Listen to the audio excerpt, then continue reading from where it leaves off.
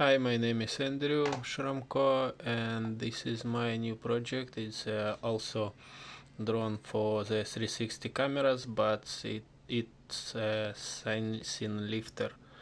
I want to create a very compact, so it will be a little bit visible on a zenith if I put the camera under the drone.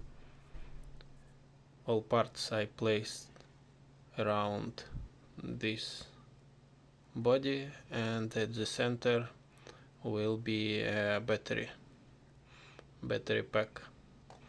I will use this type of motors.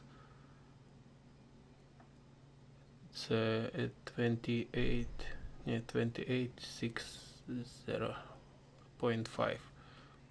Maybe we'll use two props on it. We'll test it. So if you will see some bugs, or you can advise me something, because it's my second drone only,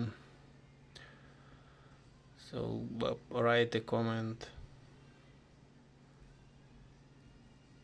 Thanks for watching. Bye.